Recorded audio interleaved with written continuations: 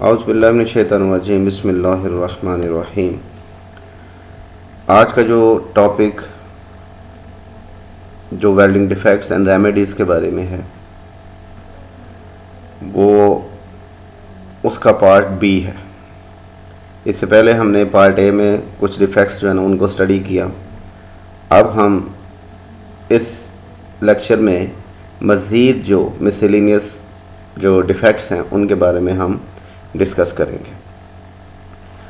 जो सबसे पहले डिफेक्ट जिसको हम डिस्कस करेंगे वो है स्पैटर। जैसा कि आप ये फिगर देख रहे हो, फिगर में आप देख रहे हो कि ये जो है एक जायंट जो है ना उसकी एक फिगर है। बेसिकली स्पैटर होता क्या है? स्पैटर जब आप वेल्डिंग करते हो तो वेल्डिंग करते हुए जब मोल्टन पार्टिकल्स या जब इलेक्ट्रोड जो रन हो रहा होता है तो उससे ये होता है कि जो मेटल जो है एक प्रेशर से वेल्ड कैविटी में डिपॉजिट हो रही होती है। तो उस प्रेशर की वजह से जो बेस मेटल है उसकी सरफेस पे आप देखते हो कि छोटे छोटे मोल्टन पार्टिकल्स जो है ना वो भी साथ साथ फैलते जाते हैं। स्पार्किंग होती जाती है, स्पैटरिंग होती जाती है और मोल्टन पार्टिकल्स जो हैं वो साथ में सरफेस के साथ भी जो है उनके ऊपर भी जो है ना वो गिरना शुरू कर देते हैं। बेसिकली ये मोल्टन पार्टिकल्स अगर ये गर्म हों, हॉट फॉर्म में हों तो इनको रिमूव करना इजी होता है, लेकिन जैसे ही ये कूल फॉर्म में चले गए, ठंडे हो गए तो उनको रिमूव करना जो है ना मुश्किल हो जाएगा और जिस वजह से वो डिफेक्ट की फॉर्म जो है ना वो एख्तियार कर लेते हैं। डिफेक्ट की फॉर्म में जो है ना वो चेंज हो जाते हैं। अगर ये हार्ड फॉर्म में होंगे, गर्म होंगे तो इनको इजीली आप चिपिंग हैमर की मदद से इन स्पैटर्स को जो है ना वो आप रिमूव कर सकते हो। लेकिन जब ये ठंडे हो जाएंगे, ये मोल्टन पार्टिकल्स जो है ना ये इनकी कूलिंग हो जाएगी तो ये बिल्कुल इसके साथ जो है ना स्टिक कर जाएंगे जो बेस मेटल के साथ। तो इसलिए फिर इनको रिमूव करने के लिए हमें ग्राइंडर का इस्तेमाल करना पड़ेगा। अगर ग्राइंडर हम इस्तेमाल करेंगे तो उससे क्या होगा कि जो इसकी जो सरफेस जो है ना बेस मेटल की वो उस पे भी उसका असर पड़ेगा, वो ग्राइंड होगी और वहाँ से उसकी थिकनेस जो है प्लेट की उसका या डायमीटर जो है वो उसमें चेंज आ जाएगी। अगर उसमें चेंज आ जाए तो जो सबसे पहले जो अगर एटमॉस्फेरिक अटैक होगा किसी भी मटेरियल पे तो वहाँ पे सबसे पहले उसका अटैक जो है ना मटेरियल उसका एटमॉस्फेरिक अटैक होगा। तो उससे जो है ना वो वहाँ पे जो है ना सबसे पहले जो है ना वो डिफेक्ट जो है ना कोई पैदा हो सकता है। इसके क्या रीज़न्स हैं उनको हम अब देखते हैं। सबसे पहले है एक्सेसिव करंट। अगर आप बहुत ज़्यादा तेज़ करंट पे, बहुत ज़्यादा करंट पे अगर हम वेल्डिंग कर रहे हैं तो उससे भी जो है ये स्पैटरिंग या स्पार्किंग जो है ना बहुत ज़्यादा होती है। दूसरे नंबर पे डैम्प इलेक्ट्रोड्स। अगर हम नमी वाले इलेक्ट्रोड इस्तेमाल कर रहे हैं, गीले इलेक्ट्रोड इस्तेमाल कर रहे हैं, बेक्ड इलेक्ट्रोड इस्तेमाल नहीं कर रहे, हमने प्रॉपर जो है उसकी जो है जो इलेक्ट्रोड्स को एक ख़ास एक स्पेसिफिक टेम्परेचर उनको नहीं दिया, उनको हमने ड्राई नहीं किया, उसमें मॉइस्चर वगैरह रह गई है तो उससे जो है जो इलेक्ट्रोड हम जो वो इस्तेमाल करेंगे या फिर हम प्रॉपर डेसिकेटर्स इस्तेमाल नहीं कर रहे for the preservation of the electrodes, तब भी जो है हमें इन जो है स्पैटरिंग का या और जो डिफेक्ट्स जो डैम्प, नमी, मॉइस्चर की वजह से पैदा होते हैं, pin hole, blow hole, frosty, cracks, उनको हमें फेस करना पड़ता है। इसके बाद इसके रीज़न कंटेमिनेशन। जैसे आपको हमेशा बताता हूँ कि जब भी आपने वेल्डिंग करनी है तो वेल्ड सरफेस या base metal is free from oil, dust, grease, paint, corrosion, moisture, इन सब से जो है ना ये रिमूव होना चाहिए इनको। अगर आप नहीं करेंगे रिमूव तो उससे क्या होगा कि डिफेक्ट्स जो है ना वो हमें फेस करना पड़ेंगे वेल्डिंग के दौरान। आगे आ जाता है incorrect wire feed speed when welding with the MIG MAG welding process. अगर हम मिग मैग वेल्डिंग प्रोसेस कर रहे हैं उसके अंदर जो वायर स्पूल है जो आगे वेल्डिंग गन में जो जब वायर स्पूल ने मूव करना है तो वायर जो है, जैसे हम ट्रिगर गन का दबाते हैं तो वायर जो है उसके गन से पास होती है और आगे जहाँ पे हमने वेल्डिंग करनी होती है वहाँ पे डिपॉजिट होती है। अगर उसकी प्रॉपर स्पीड नहीं होगी तब भी जो है हमें ये डिफेक्ट जो है ना वो फेस करना पड़ेंगे। फिर ये है कि इन डिफेक्ट्स को, इनके रेमेडीज़ में जो हम ये इसके कॉजेज़ जो है ना वो हम जो डिस्क्राइब कर रहे हैं, अगर हम इन्हीं को ही प्रॉपर एक्सेसिव करंट की बजाय हम नॉर्मल करंट या यूनिफॉर्म करंट या according to the thickness of the material, according to the diameter of the electrode अगर हम इस्तेमाल करेंगे तो हमें ये जो है हमें फेस ये डिफेक्ट नहीं करना पड़ेगा। इसी तरह हम ड्राई इलेक्ट्रोड यूज़ करें जो बेस मेटल की सरफेस जो कंटामिनेशन से फ्री हो, वायर स्पीड जो है अगर हम मिग मैग कर रहे हैं तो उसमें प्रॉपर उसकी यूनिफॉर्म स्पीड हो तो हम इससे जो है बच सकते हैं इस डिफेक्ट से। नेक्स्ट डिफेक्ट जो है वो है आर्क स्ट्राइक। जैसे ये आप फिगर देख रहे हो, ये जो है आप देख रहे हो ये आर्क स्ट्राइक है। ये हम आर्क स्ट्राइक होती क्या है, बेसिकली जब हमने इलेक्ट्रोड को रन करना तो हम जो है इलेक्ट्रोड को स्क्रैच करते हैं। जो स्क्रैच करते हैं तो उसकी वजह से जो बेस मेटल, वैसे तो एक अलहदा से हमारे पास एक पीस होना चाहिए, एक स्क्रैप पीस होना चाहिए जिसके ऊपर हम इलेक्ट्रोड को स्क्रैच करें, इलेक्ट्रोड को रन करें। लेकिन अगर हमारे पास नहीं है तो बाज़ वेल्डर ऐसे होते हैं जो करते हैं जो बेस मेटल है हमारी उसी के ऊपर जो है ना उसको स्ट्राइक कर देते हैं इलेक्ट्रोड को और वहाँ पे जो है ना वो मोल्टन मेटल जो है ना वो डिपॉजिट हो जाती है। जो इलेक्ट्रोड की जो मेटल जो है ना वो इस पे डिपॉजिट हो जाती है। तो उस वजह से जो है ना उसको फिर रिमूव करने के लिए हमें क्या करता है, उसको फिर ग्राइंडर इस्तेमाल करते हैं और ग्राइंडर से यहाँ से इसकी सरफेस जो है ना वो कम हो जाएगी, उसकी थिकनेस जो है ना सरफेस की वो कम हो जाएगी। तो वो जो है एक बहुत बड़ा डिफेक्ट की फॉर्म में सामने आता है। फिर इसमें जो है कि आर्क स्ट्राइक में इसमें इसके कॉजेज है क्या, जैसे ये लिखा है accidental striking of the arc on to the parent metal. मतलब अचानक से हमने स्ट्राइक कर दिया तो एक्सीडेंटल स्ट्राइक हो गया। लेकिन जैसे मैं आपको बता रहा हूँ कि अलहदा से आपके पास स्क्रैप की पीस हो जिसके ऊपर आप इसको स्ट्राइक करो। फॉल्टी इलेक्ट्रोड होल्डर, अगर आप इलेक्ट्रोड होल्डर आपने जो है वो डैमेज जो है ना वो यूज़ कर रहे हो, उससे भी जो है ना ये प्रॉब्लम जो है ना हमें फेस करना पड़ता है। क्योंकि अगर आप इलेक्ट्रोड प्रॉपर जो है ना वो सही नहीं इस्तेमाल करोगे, इलेक्ट्रोड होल्डर अगर वो डैमेज होगा तो उससे क्या होगा कि आपकी जो है ना आर्क सही तरह से प्रोड्यूस नहीं होगी, इलेक्ट्रोड आपका स्टिक कर जाएगा बेस मेटल के साथ। तीसरा पुअर केबल इंसुलेशन, अगर आपकी केबल की इंसुलेशन नहीं सही, स्पार्किंग होगी, आगे सही तरह से करंट पास नहीं होगी इलेक्ट्रोड में तो वो स्टिक कर जाएगा और इस तरह जो है ना आर्क स्ट्राइक की फॉर्म में हमें जो है ना वो डिफेक्ट फेस करना पड़ेगा। पुअर रिटर्न लीड क्लैंपिंग, जो जितना भी उसकी पावर सप्लाई के साथ जो उसकी क्लैंपिंग जो लीड्स हैं अगर वो नहीं सही होंगी तो उससे जो है ना ये हमें डिफेक्ट जो है ना उसका सामना करना पड़ेगा। अब इसके बाद जो नेक्स्ट आगे आ जाता है वो है अंडरकट। ये एक डिफेक्ट की फॉर्म है। इसकी डेफिनेशन में क्या है, an irregular groove at the toe of a weld run in the parent metal.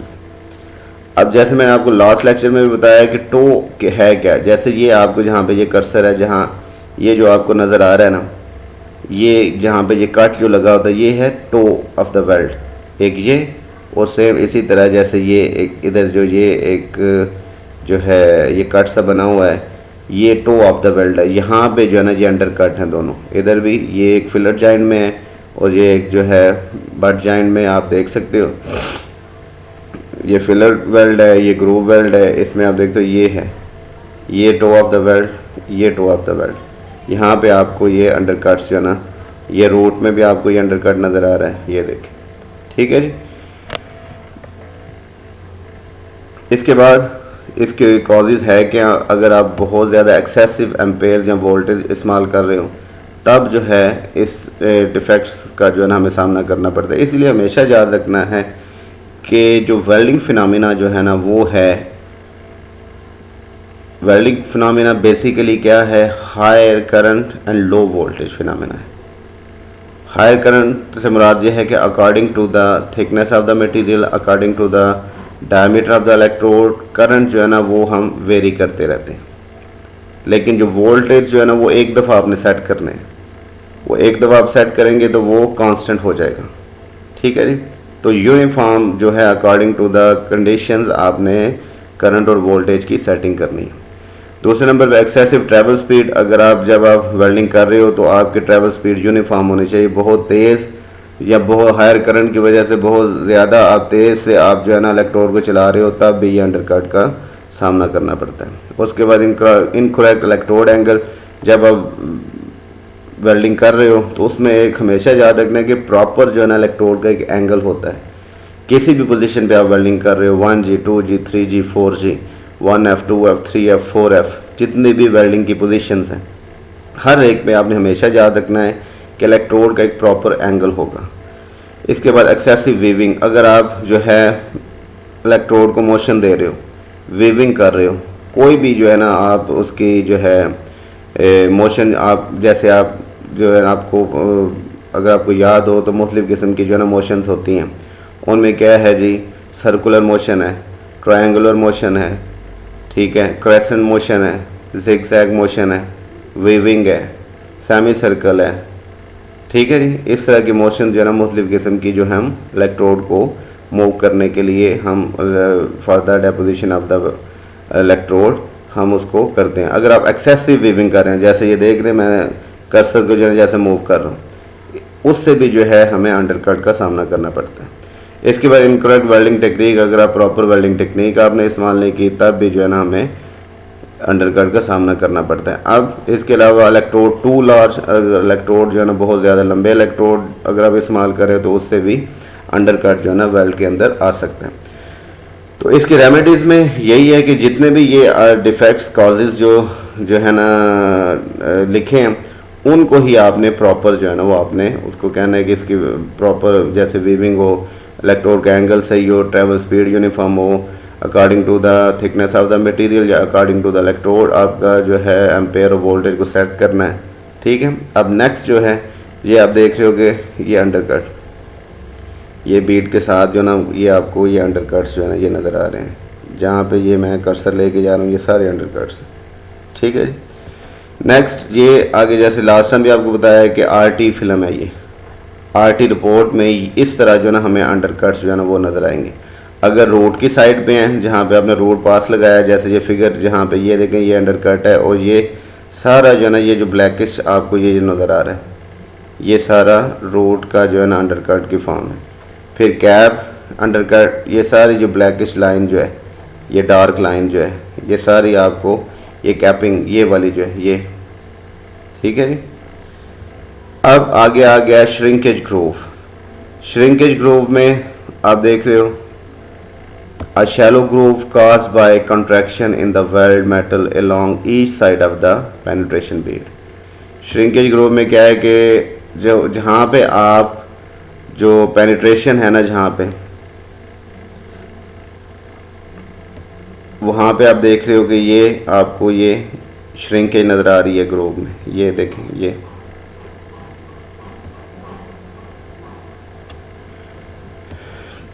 अब ये है क्या, मसलन ये कंट्रैक्शन का एक जो वर्ड इस्तेमाल हुआ है इन द वेल्ड, ये आपने एक हमेशा याद रखना है कि मेटल का ये फिनोमिना है कि metal expand on heating and contract on cooling.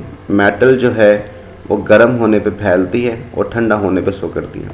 जैसे जैसे आप मतलब रोड पास आपने लगाया ना, तो उससे क्या होता है, जैसे साथ साथ उसने कूल भी तो होना है ना, जैसे उसमें जो कूलिंग और हीटिंग में जो बाज़ का डिफरेंसेस आ जाते हैं, उस बिना पे जो है ना वो श्रिंकेज जो है ना इसके अंदर जो है ना वो पैदा हो जाती है।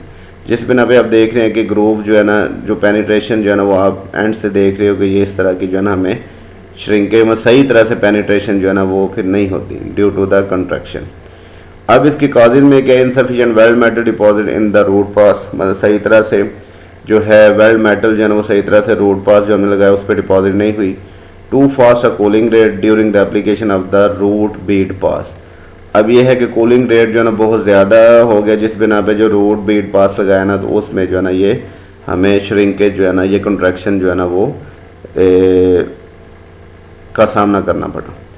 पुअर वेल्डिंग टेक्निक अगर सही नहीं थी, उसका प्रॉपर जो है ना हमने जो करना चाहिए तो जो पैरामीटर्स थे उसको हमने सही तरह से जो है उस पर अमल नहीं किया तो उससे जो है ना हमें ये सारी जो है ना ये श्रिंकेज ग्रोव या मुख्तलिफ जितने भी डिफेक्ट्स उनका सामना जो है ना वो करना पड़ता है। इसके बाद आगे देखें ना, आ गया concave root, a shallow groove which में occur in the root of a butt weld. अब ये देखें पेनिट्रेशन होना तो ये जहाँ पे ये मेरा सर्कल कर्सर है ना, वहाँ पे जैसे ये मैं मूव कर रहा हूँ, होनी तो पेनिट्रेशन इस तरह चाहिए थी, ऐसे बिल्कुल ऐसे होना चाहिए था, लेकिन ये ऊपर की तरफ जो है ना कनकेव जो है ना वो रूट बन गया। तो उससे क्या होगा कि जब हम इसकी जो है टेंसाइल टेस्टिंग करेंगे, जब हम इसके बेंड टेस्ट करेंगे, तब हमें इन चीज़ों को जो है ना इससे जो है ना इसकी स्ट्रेंथ पे जो है बहुत ज़्यादा फ़र्क पड़ेगा। इसकी कॉजेज़ क्या है? रूट फेस टू लार्ज, अगर बहुत बड़ा जो है ना आपने रूट फेस जो है ना ये रूट, जैसे ये मैं कर्सर को मूव कर रहा हूँ ना, जैसे एक मैं रेक्टेंगल ये इधर बना रहा हूँ, ये होता है रूट फेस, ठीक है। अगर वो बहुत बड़ा बना दिया है, उसका एक प्रॉपर जो यूनिफॉर्म साइज है वो नहीं बनाया, तब हमें कनकेव रूट जो है ना वो बन जाएगा। रूट गैप टू लार्ज, अगर रूट गैप जो है, जैसे ये मैं मूव कर रहा हूँ कर्सर को, ये जो है आपका है रूट गैप, अगर ये बहुत बड़ा हो तो अब भी कनकेव रूट बनेगा। Excessive back purge pressure during TIG welding. अब जैसे मैंने आपको जो है एक ये नई टर्म जो है ना यहाँ पे purge pressure, excessive back purge pressure during TIG welding. अब इसके बारे में आगे जो नेक्स्ट आएगी ना एक फिगर, उसमें आपको बताऊंगा कि ये पर्जिंग है क्या, फिर आपको उसका ज़्यादा आइडिया हो जाएगा। Excessive root bead grinding before the application of the second pass. अब आपने ऐसे किया कि आपने जो रोड बीट के जो ग्राइंडिंग की उसके ऊपर जो स्लैग को रिमूव किया, तो उससे क्या होगा कि आपने ज़्यादा उसको ग्राइंड कर दिया। उस बिना पे भी जो है ना, जब आप क्योंकि उसके ऊपर आपने रोड पास लगा लिया, उसके बाद आपने हार्ड पास लगाना है, तब जो है ना आपने उसकी ग्राइंडिंग ज़्यादा कर दी, उससे भी जो है ना रूट जो है वो कनकेव हो जाता है।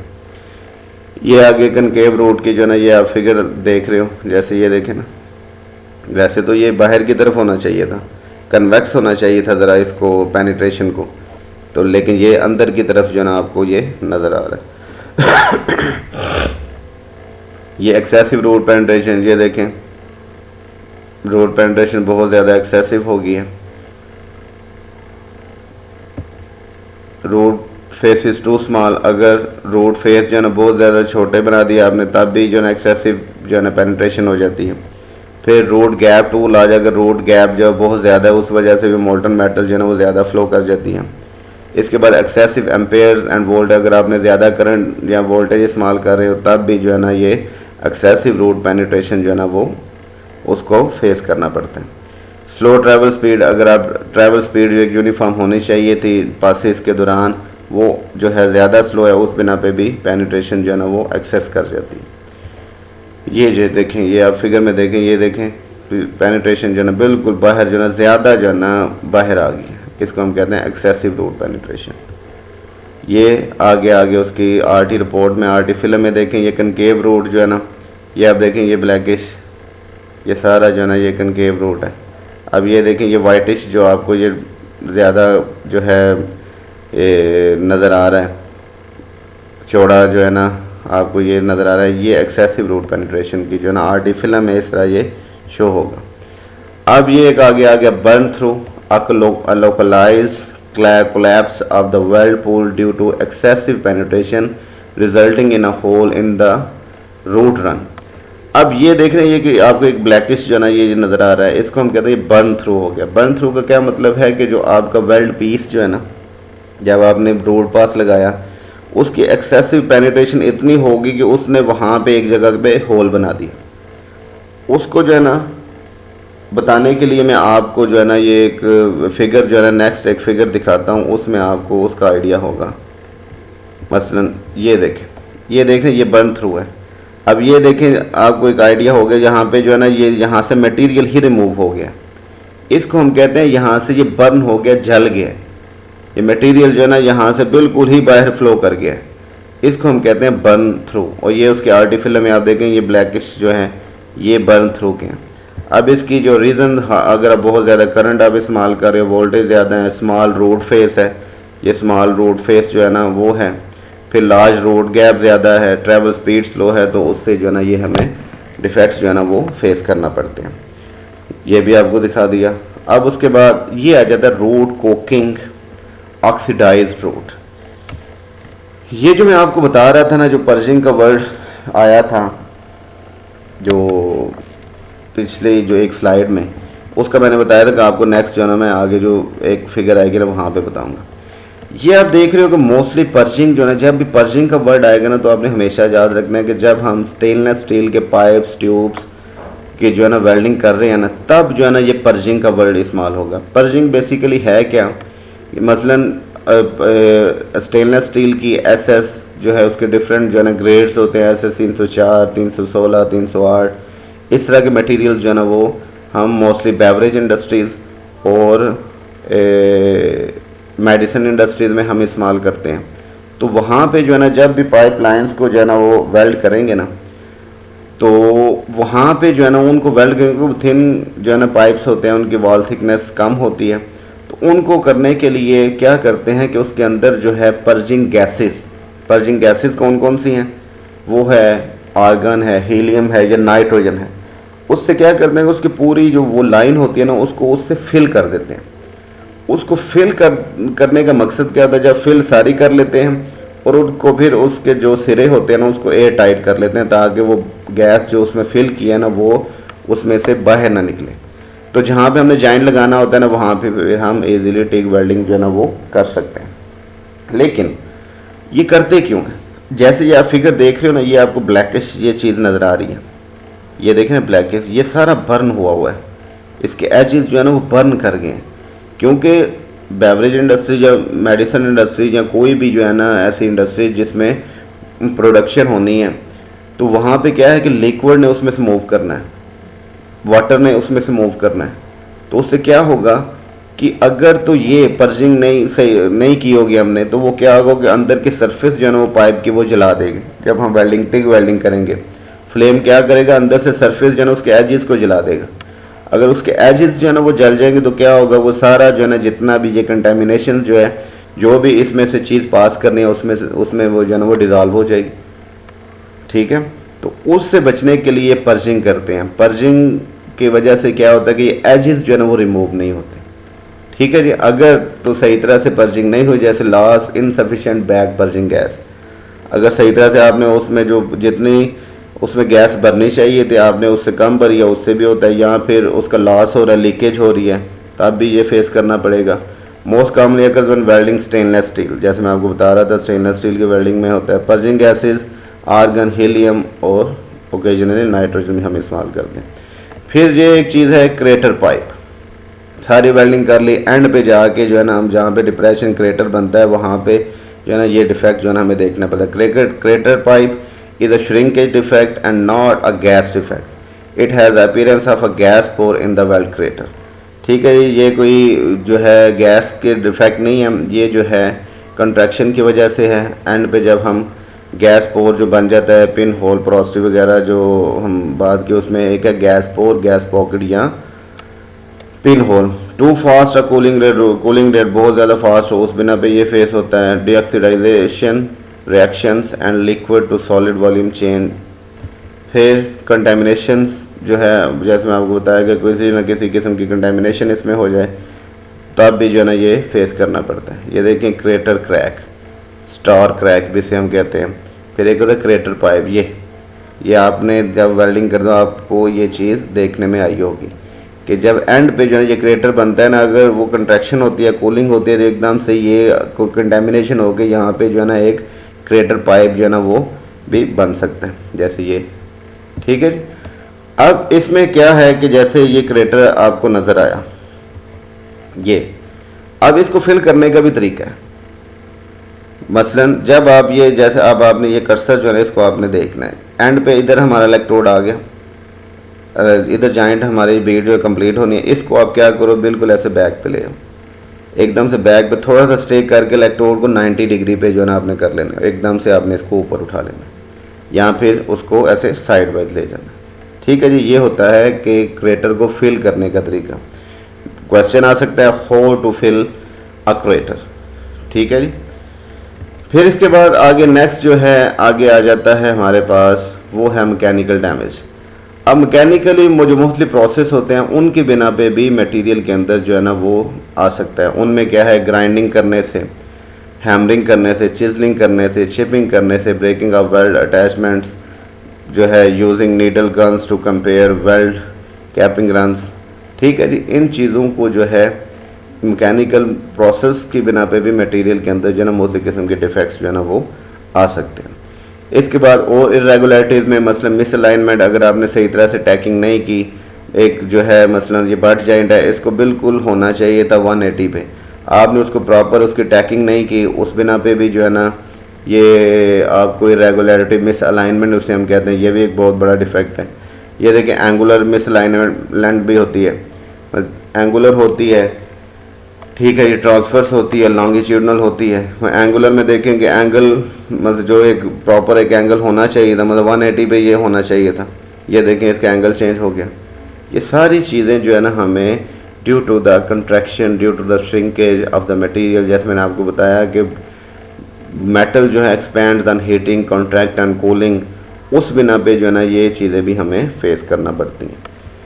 जैसे ये इसकी ये फिगर है में, ये देखें लीनियर मिसल अलाइनमेंट है, ये चीज़ें। फिर ये पेरेंट मटेरियल डिफेक्ट्स में, जैसे ये प्रोडक्शन के दौरान ही है, जब हम उसको कर रहे हैं, ये लैमिलर लैमिनेशन है, ये सेग्रीगेशन लाइंस हैं, उसके अंदर ही प्रोडक्शन मैन्युफैक्चरिंग के दौरान मटेरियल के ही उसमें अंदर कोई ना कोई सा ड्रॉबैक्स जो है ना रह जाते हैं, वो जो फिर आगे जब उसके ऊपर हीट का इफेक्ट होता है तो वो सामने आ जाते हैं। ठीक हो गया जी। फिर इसके बाद ये प्लेट लैमिनेशन, मतलब ये प्लेट जो है ना इतना इसके अंदर क्रैक्स जो है ना वो आ गए हैं, ये भी एक डिफेक्ट है। फिर ये है कि ये जितने भी डिफेक्ट्स हैं ना वो सारे जो हैं उनको रिपेयर करने का भी तरीका है। उसके जो मुख्तलिफ स्टेप्स हैं उनमें ये है कि जहाँ पे भी कोई डिफेक्ट आया ना उसको हम कैसे जो है ना वो रिपेयर करते हैं। मतलब उसमें ये चीज़ें ग्राइंडिंग करते हैं जहाँ पे वो डिफेक्ट है, शिपिंग करते हैं, मशीनिंग करते हैं, फाइलिंग करते हैं, या फिर वहाँ से जो मटेरियल को रिमूव करना है गोजिंग, ऑक्सी गैस गोजिंग से या एयर आर्क गोजिंग से, या आपको एक नेक्स्ट जो है टॉपिक में गोजिंग, कटिंग, पिर्सिंग वगैरह का एक लेक्चर जो है ना वो भी मैं इसको आपको दूंगा। ये होते हैं मुख्तलिफ स्टेप्स। आगे वेल्ड रिपेयर्स के बारे में एक अलग से लेक्चर भी आपको बताऊंगा कि ये किस तरह जो है उसका करने का तरीका जो है ना वो क्या है। ये मुख्तलिफ क्वेश्चन जो है ना ये आपने स्टडी करने हैं, देखने हैं। Give two main classes of the occurrence of a porosity, इस तरह और root pass, penetration, concave root, lack of root memory, lack of root wall fusion, give 3 possible causes for the occurrence of the lack of the side wall fusion। ये सारे अगर आप इसको video को देखेंगे तो इनमें से सारे इस तरह के क्वेश्चन जो ना आपने इनको देखने, इनका क्या आंसर बन सकता है, तो आपने कमेंट्स में उसको लाजमी बताना है। कोई भी क्वेश्चन होगा आपने कमेंट में करना है। आपको बहुत शुक्रिया, थैंक्स फॉर वाचिंग। और काइंडली जो है ना फिर आपसे कह रहा हूँ कि आप इस चैनल को सब्सक्राइब करें, लाइक करें, शेयर करें और दूसरे दोस्तों को भी बताएं, ताकि हम ज़्यादा से ज़्यादा जो है ना मैं वीडियोस जो है ना अपलोड करता रहूँ, आप इससे ज़्यादा से ज़्यादा फ़ायदा जो है ना वो उठा सकें। आपका बहुत बहुत शुक्रिया।